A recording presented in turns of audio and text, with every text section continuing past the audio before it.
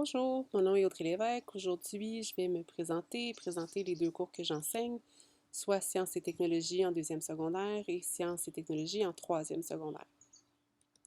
Avant de commencer, je voudrais réitérer, dans le fond, la liste de matériel qui est nécessaire pour le cours. C'est important que les élèves soient bien organisés pour qu'ils puissent ne pas perdre leurs notes de cours, être capables par la suite de bien les étudier puis réussir leurs évaluations. Je vous rappelle que ça prend soit un cartable ou un duotang, de préférence le cartable. Par contre, si vous hésitez là, en termes de grandeur, là, je vous dirais qu'un pouce, normalement, c'est suffisant. Là, sinon, je crois que ça prend beaucoup de place là, dans le sac à dos de l'élève. Ensuite, s'ils peuvent avoir dans leur cartable quelques feuilles lignées, ça peut être pratique. La calculatrice, elle est nécessaire en tout temps. Je ne l'utilise pas nécessairement à chaque cours. Par contre, il faut que l'élève l'ait en sa possession quand on l'utilise. Moi, je conseille aux élèves de la garder tout simplement dans leur trousse à crayon. Et les élèves ont besoin de leur cahier d'apprentissage. Pour deuxième secondaire, c'est le cahier Conquête. En troisième secondaire, c'est le cahier Essentiel. Ça, c'est important que l'élève l'ait à tous les cours. J'utilise beaucoup Classroom, même quand on est toujours en présentiel. Là. Je vais vous montrer un peu comment ça fonctionne si vous n'êtes pas déjà familier.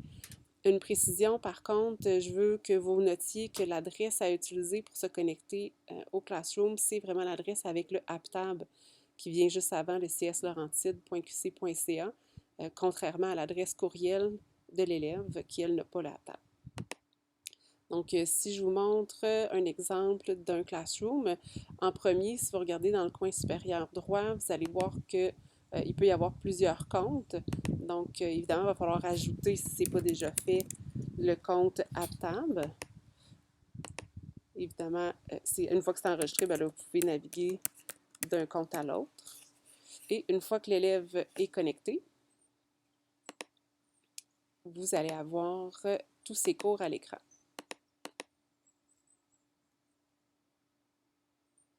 Voilà. C'est sûr que là, moi, j'ai que des cours de sciences. Votre enfant va avoir plutôt maths, univers social, français et ainsi de suite. Je vous présente rapidement le Classroom pour deuxième secondaire. Vous avez toujours l'onglet Travaux et devoirs en haut ou avec un téléphone, ça va se trouver dans le bas de l'écran. C'est à cet endroit-là que vous pouvez aller chercher l'information qui est rajoutée au fur et à mesure qu'on avance. L'information la plus ancienne va se trouver à être dans le bas. Donc, les éléments les plus récents se trouvent à s'ajouter dans le haut de l'écran. Je laisse les notes de cours complétées, donc les versions que l'élève peut utiliser en cas d'absence. Il y a également des activités ludiques là, pour l'aider à réviser, surtout quand les évaluations approchent.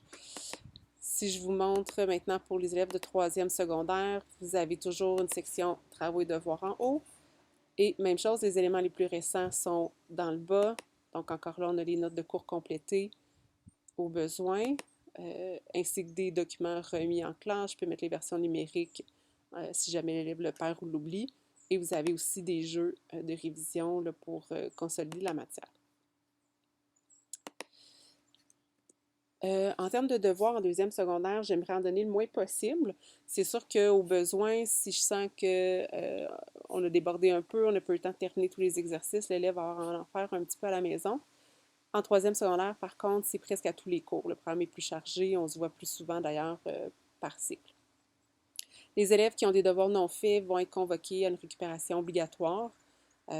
C'est important que vous sachiez que si je convoque un élève parce qu'il n'a pas fait son devoir, c'est vraiment parce qu'il n'a pas complété le devoir. C'est pas parce qu'il a oublié de faire un numéro sur 10 ou qu'il y a un numéro qu'il ne comprenait pas. Si l'élève ne comprend pas un numéro sur l'ensemble du devoir, ça peut aller, bien que je l'invite à venir me voir au début du cours justement pour le compléter.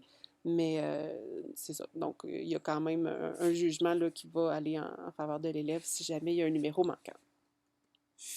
Les évaluations, c'est des évaluations classiques. Là. Il va y avoir des quiz, des examens. En sciences, on a des expériences de laboratoire. Puis, il va y avoir certains projets aussi qui vont être évalués, entre autres en technologie. Puis, pour la communication, quand que vous envoyez un courriel, si vous avez déjà reçu un courriel de ma part, ça ne devrait pas être problématique. En tapant mon nom, là, vous allez retrouver mon adresse, donc Audrey Lévesque. Par contre, si vous écrivez à partir du format habituel là, des adresses des enseignants, donc nom de famille avec la première lettre du prénom, il y a déjà quelqu'un dans le fond qui avait Lévesque A, à commercial CS Laurentide. Donc, juste notez que moi, c'est avec AU pour ne pas envoyer votre message au mauvais destinataire. Donc, je vérifie mes courriels tous les jours ouvrables. C'est très rapide. Si vous avez besoin de communiquer avec moi, c'est plus facile par courriel. Je n'ai pas de téléphone à mon bureau. Ça peut être plus long si vous voulez qu'on communique par téléphone, mais c'est possible également. Puis sinon, je vais communiquer avec vous régulièrement au courant de l'année.